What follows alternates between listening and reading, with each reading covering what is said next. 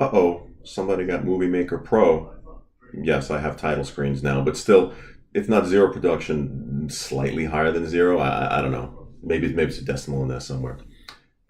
What's this video about? Well, as I alluded to in previous videos, I'm starting to get the itch for not only a new gun, which I think we all have, but I wanted to pick up another 44 Magnum. And as promised, here we go. Look at the size of that. Look at those holes, he said with a smile. This is a Smith & Wesson 44 Magnum, model 629. It's so damn big I can't even fit it in the thing. 4-inch barrel. I'm not going to do an unboxing video. I never quite understood unboxing videos.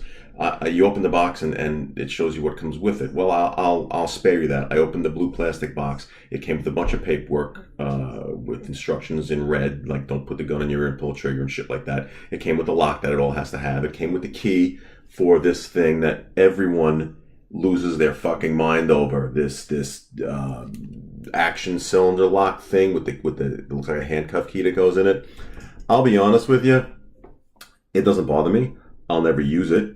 And as long as it doesn't interfere with the functionality of the gun, who cares? Why did Smith & Wesson give in and put it on the gun when no one else did? I don't know. And once again, I don't care. It doesn't bother me. It's not like this hole gets in the way of anything, he said with a smile.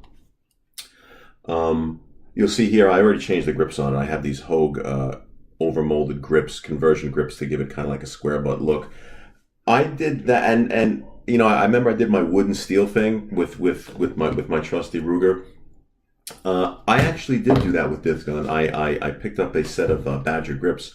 I was so impressed with the company after my Ruger videos that you could check up on, that I figured I'd get the same thing, the same high gloss Goncalo. Hold on, so you don't have a heart attack.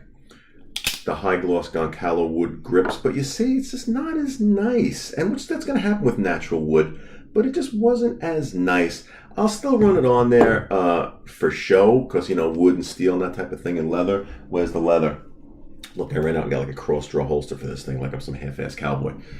But, you know, they're not as nice. And also, after firing it, putting my first rounds through this gun, and by the way, you're going to see some shooting at the end of this video to give you some examples to prove my point. In putting my first rounds through this gun with the grip that came with it from Smith & Wesson, this grip is terrible. It is just flat out awful, by the way.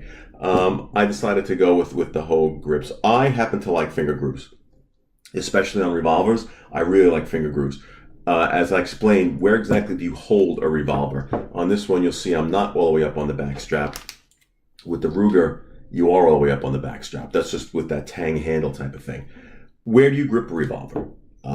As I mentioned, we were trained to grip it lower, not go on the back strap. Finger grooves help solve that problem. The finger grooves get it in the proper firing position, and here you go.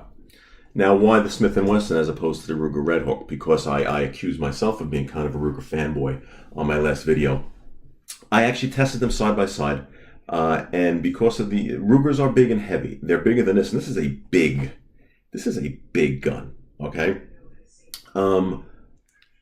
In holding the Ruger Red Hawk in my hand, it was almost too big. And as I've said many times, I have big hands. That gun was a big gun. That was a heavy gun. This just felt better. And of the two, whereas I have mentioned that this Ruger trigger here on this GP100 has since smoothed out, and I could index it, and it's just nice and smooth, it still doesn't quite compare to that Smith & Wesson trigger. Wait, let me do the Dirty Harry thing. Is that how it was? He used an 8-inch barrel, though. It still doesn't compare to that Smith & Wesson trigger out of the box. It's like clockwork. And in dry firing both of them in the store, the Red Hawk trigger did not feel good at all. Now, it'll smooth out like most things, but he said it with a smile. But this was just so much nicer out of the box. And after the brief range sessions I've had with it, it's already smoothed out to the point, look, I can index it just like my Ruger. Its pull is nice. Its single action pull is nice. It really was just a nicer gun. So I decided to pick up my first Smith & Wesson revolver since, my service revolver that I purchased in 1990 or 1991. I guess 91 I did, because remember my first service revolver was a Ruger Speed 6. And I bought that Model 64 in 1991, probably, when I was already out for a while. So this is what I went with. So where do we go with this? Where do I go from here? Well, you saw that video I made. I classify my guns in only a handful of different categories. The nightstand gun, there's a home defense gun, a nightstand gun, an everyday carry gun, and a program compliance gun, or range toy. Where does this fit in? Well, it's mostly a range toy. Now, I can make a clear and convincing argument that it's a home defense gun. Home defense gun over a shotgun? If I have that kind of time in the middle of the night, I'm still probably going to go for the shotgun. I think a long gun still wins even over the 44 Magnum. Nightstand gun? No, although, you would say, well, hey, what's this? If this is a good nightstand gun, stainless steel, double action revolver, firing a very effective round, then, why wouldn't this be even better? 44 Magnum is more powerful than 357, and it is. However, this has a couple of things that I'm still going to have my trusty GP100 by my nightstand. The first is very visible by this shot right here. Look at the size of this gun. We can't look at the weight of this gun. Stop sounding like an idiot. I can tell you, this gun is heavier. This gun is bigger. It is kind of unwieldy when compared to this gun, which I classified as my definition of almost a perfect fighting revolver for size, weight, maneuverability, caliber, barrel length. This one is the good for quick, dirty. He's on top of me. I'm wrestling with it. I could bring this up. I could point it. It's just that much quicker.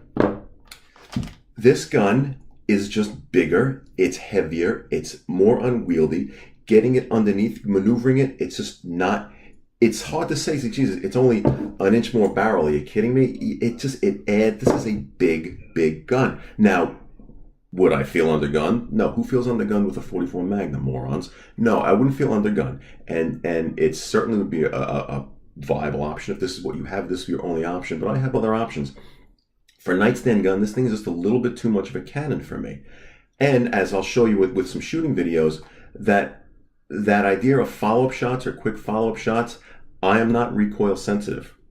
However, 44 Magnums kick. I think I'll take this opportunity to shoot to a video to give you a quick something. This is actually my first shot that I took with this gun, and watch what happens with the concussion that on this round.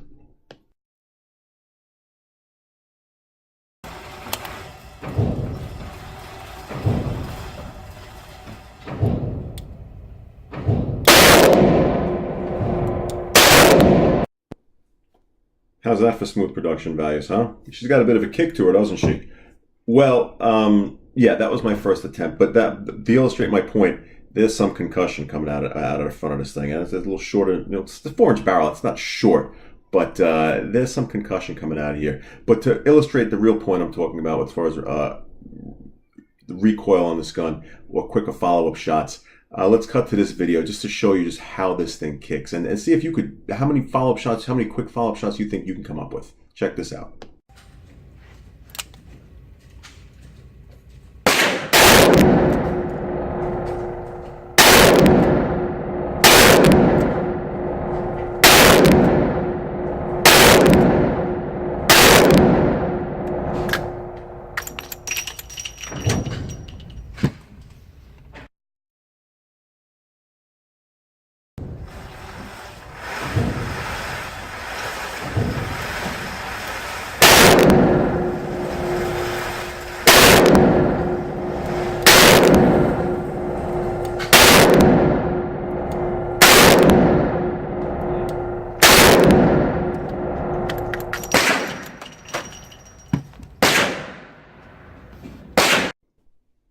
See what I mean?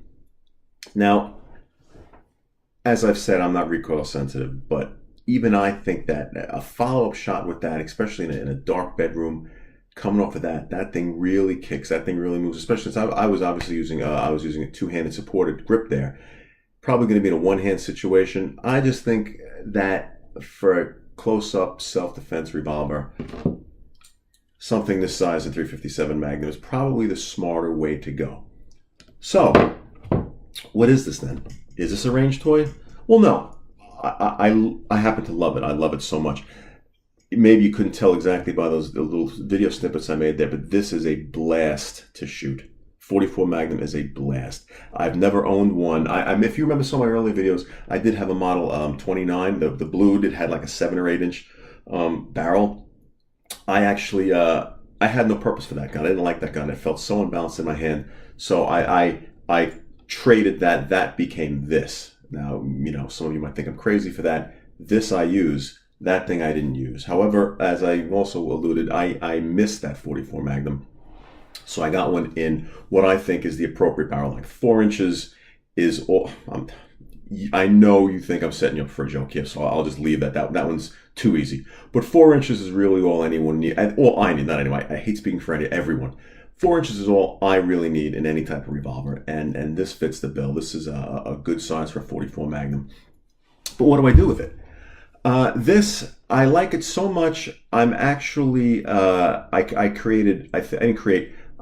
sort of made a new job. I shoehorned in a new job, kind of like when, you know, your nephew needs a job, you make a job for him. This has become my house gun. You just made a long video. What is now you're introducing house guns? What exactly is a house gun? A house gun. A house gun is the gun that I have available around the house over the course of the day when I'm awake. Sun's out, I'm awake, I have a gun in the house, and you should too, actually. I saw some videos where, you know, people talk about actually carrying a gun or wearing a gun when they're around the house. Personally, if I have to wear a gun when I'm in my own home, maybe it's time for me to move, because that's not a good place to live. But the world being what it is, having a house gun available, I think is an excellent idea. And what I do with my house gun is, it sits in an appropriate holster, secured, and I have it available. Might be if I'm doing the dishes, might be by the sink. If I'm in the kitchen, might be on top of the refrigerator. If I'm in the TV room, it might be on the couch, hidden in the couch somewhere where I have it. Knock on the door, and I guess it talks about the state of society nowadays. I was a child of the 70s. Remember when your doorbell used to ring? Oh, who's the door? I wonder who's at the door. Now your doorbell rings. It's who the hell's at my door? Get my gun, right? Well, that's what this does. This is, you know, doorbell ringing. Well, you know, I'm not in, I live in a normal place. I think it's going to be a normal person, but just in case someone has the terrible idea to try a home invasion on me, this is in my hand. This is available. This is what I have just off camera, and I have it available. The house gun. I think this one, when I'm wide awake, ready to go, I think 44 Magnum pretty much is an excellent choice. It'll shoot through things, and steel doors, and people. It's when I have time, a few seconds to prepare, I'm ready to go. I think this is a good one. This is a good house gun for range and effectiveness and just the overall look and intimidation factor. And again, I do believe guns have an intimidation factor. That is intimidating. That's why they make movie posters with it. So house gun. And just in case you're curious, I didn't like just start having a gun around the house after I bought this thing. This actually was my house gun, the double duty, nice thin gun and a house gun. For, like I said, this is a great revolver. But I think in my effort to find a reason to justify the expense of buying this Smith & Wesson revolver, house gun is what this one goes with. And also range toy. Because I said a little while ago, this is fun. 44 Magnum is fun. I forgot how much fun they were. I cannot wait to go upstate with this. Oh, and by the way, for those of you who don't live in New York, when you live down where I live in New York City area, Long Island area, anything north of Westchester County is upstate.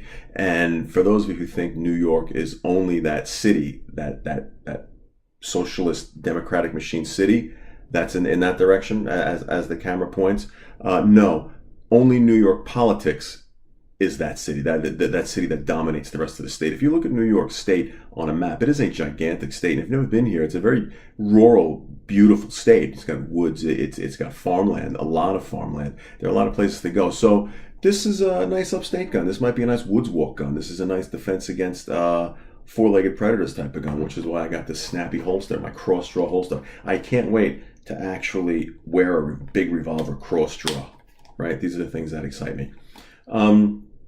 So that's what this gun is. I think it's great. I love it. It is a lot of fun. And I think I'm going to finish up this video with one more shooting segment. This is one that I found I actually had a lot of fun doing. I've never, only until recently, even considered 44 Special. It was a round that I knew existed, but I don't think I've ever seen one or held one in my hand. Seeing as how I got my brand new 44 Magnum for my initial shots that I wanted to take out of it, I shot primarily Magnum ammo because that's where the fun is. But I picked up a box of 44 Special. So in this last segment, this is going to be if you're wondering, it's been done to death, but you want to see the difference between 44 Magnum and 44 Special. Get a load of this, and I'll sign off on that one. Thanks for watching. Any comments, please add. If you like the video, by all means, like it. If you like my selection of this particular 44 Magnum over its competitors, let me know that you agree with me, or give me a reason to maybe buy another one. Thanks.